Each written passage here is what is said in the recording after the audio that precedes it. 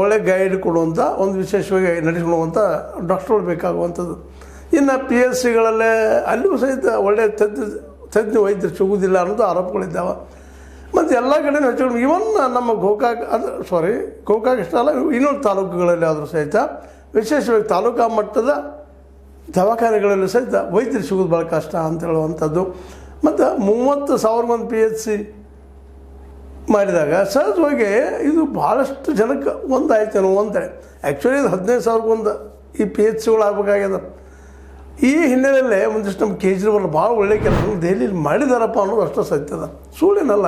ಆದರೆ ಜನಕ್ಕೆ ಏಕಾಏಕಿ ಏನೇನೋ ಆಗಿ ಅದು ಒಂದಿಷ್ಟು ದಿಶಾಬೂಲ ಆದಿದ್ದು, ಜೊತೆಗೆ ಕೇಂದ್ರ ಸರ್ಕಾರ ಸಹಕಾರ ಕೊಡೋದೇ ಓದಿದ್ದು, ಅಲ್ಲಿ ಫೇಲ್ಯೂರ್ ಕಾರಣಗಳಂತ ಹೇಳಬೇಕಾಗ್ಯದ. ಇಲ್ಲೂ ಅಷ್ಟೇ ಅದ, ಕರ್ನಾಟಕದಲ್ಲೂ ಸಹಿತ ಇಂಥ ಸಮಸ್ಯೆಗಳು ಸಾಕಷ್ಟು ಇದ್ದಾವೆ.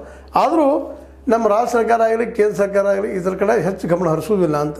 ಇತ್ತೀಚೆಗೆ ಒಂದು ವರದಿ ಪ್ರಕಾರ ಬೆಳಗಾವಿ ಜಿಲ್ಲೆ ಬಗ್ಗೆ ಒಂದಿಷ್ಟು ವರದಿ, ತಾಲೂಕುಗಳ ಬಗ್ಗೆ ವರದಿ, ಪಿ ಎಚ್ ಸಿಗಳ ಬಗ್ಗೆ ವರದಿಗಳನ್ನು ನೋಡಿದಾಗ ಇಲ್ಲೇ ಕೆಲವು ಪಿ ಎಚ್ ಸಿಗಳಿಗೆ 1,00,000ಕ್ಕೂ ಹೆಚ್ಚು ಜನ ರೋಗಿಗಳು ಭೇಟಿಯಾಗುವಂಥದ್ದು ವ್ಯವಸ್ಥೆ ಇಟ್ಕೊಂಡಾರ.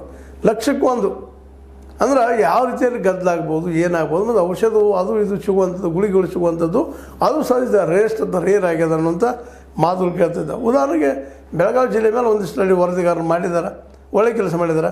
139 ಬೆಳಗಾವಿ ಜಿಲ್ಲೆಯಲ್ಲಿ ಇರುವ ಪಿ ಎಚ್ ಸಿಗಳು ಅಂತ 130 ಪಿ ಎಚ್ ಸಿಗಳು 30,000 ಹಂಗೆ ಎಷ್ಟಾಯ್ತು. ಮುಂದೆ 24 ಆರೋಗ್ಯ ಇಲಾಖೆ ಬೇಡಿಕೆ ಸಲ್ಲಿಸಲು ಪಿ ಎಚ್ ಸಿಗಳು ಇನ್ನೂ 24 ಬೇಡ್ತಾ ಇದ್ದಾರೆ, ಹೆಚ್ಚಾಗಬೇಕಂತ. ಇದು 30,001 ಮಾತಾಡ್ತೀನಿ ನಾನು. ಇದು 30,001 ಪಿ ಎಚ್ ಸಿ ಮಾಡಿದ್ರು ಸಹಿತ ಪೂರ್ಣ ಪ್ರಮಾಣದ ಒಂದು ಆರೋಗ್ಯದ ಒಂದು ನಮಗೆ ಪ್ಯಾಕೇಜ್ ಸಿಗ್ಲಿಕ್ಕೆ ಸಾಧ್ಯ ಇಲ್ಲ ಇಲ್ಲಿ ಅಂತೇಳಿ.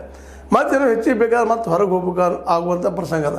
ಮತ್ತು ಅದ್ರ ಜೊತೆಗೆ ಈಗೇನಾಗ್ಯದಪ್ಪ ಪಿ ಎಚ್ ಸಿಗಳು ಕಡಿಮೆ ಆಗಿದ್ದರಿಂದಾಗೆ ಒಂದು ಕಡೆ 1,00,000 ಲಕ್ಷ ಅಂದ್ರೆ ಎಷ್ಟಾಯ್ತು ರೀ, ಏನು ಒಂದು ತಾಲೂಕು ಮಟ್ಟದ ಜನಸಂಖ್ಯೆ ಅಂದಂಗೆ ಆಯಿತು. ಒಂದು ತಾಲೂಕು ಅಥವಾ ನಗರದ್ದು ಜನಸಂಖ್ಯೆ ಅಂದಂಗೆ ಆಯಿತು. ಅವ್ರಿಗೆ ಒಬ್ಬ ಏನಪ್ಪ ಒಂದು ಪಿ ಎಚ್ ಸಿಗಳು ಮಾಡಿದ್ದು ಅದಾವ. ರಾಯಬಾಗ್ ತಾಲೂಕು ಆಗಿರ್ಬೋದು, ಮತ್ತೊಂದು ತಾಲೂಕು ಆಗಿರ್ಬೋದು, ಹಿಂಗೆ ಎಲ್ಲ ಕಡೆನೂ. ಇನ್ನು ಕೆಲವೊಂದು ಕಡೆ ಏನಾಗ್ಯದಪ್ಪ ಅಂದ್ರೆ ಕಾಡುಗಳಲ್ಲಿ ಅಲ್ಲೆಲ್ಲಿ ಇರೋದರಿಂದಾಗಿ ಅಲ್ಲಿ ಜನಸಂಖ್ಯೆ ಕಡಿಮೆ ಇದ್ದರು, ಅಲ್ಲಿ ಜನ ದೂರ ಇರೋದರಿಂದ ಅಲ್ಲೂ ಸಹಿತ ಸಾಕಷ್ಟು ಈ ಆರೋಗ್ಯ ಕೇಂದ್ರಗಳು ಕಡಿಮೆ ಆಗಿದ್ದರಿಂದಾಗೆ ಅಲ್ಲಿ ಜನಕ್ಕೆ ಸಾಕಷ್ಟು ತೊಂದರೆ ಆಗ್ತಾ ಇರೋದನ್ನು ನಾವು ನೋಡ್ತಾ ಇದ್ದೀವಿ. ಒಟ್ಟಾರೆಯಾಗಿ ಜನಸಂಖ್ಯೆ ಹೆಚ್ಚಳಾದಂಗೆ ನಮ್ಮ ಪಿ ಎಚ್ ಸಿಗಳಾಗಿರ್ಬೋದು, ಉಪಕೇಂದ್ರಗಳಾಗಿರ್ಬೋದು, ಆರೋಗ್ಯಕ್ಕೆ ಸಂಬಂಧಿಸಿದ ದವಾಖಾನೆಗಳಾಗಿರ್ಬೋದು ಹೆಚ್ಚಾಗಬೇಕು, ಕಡಿಮೆ ಆಗಬಾರ್ದು. ಒಂದು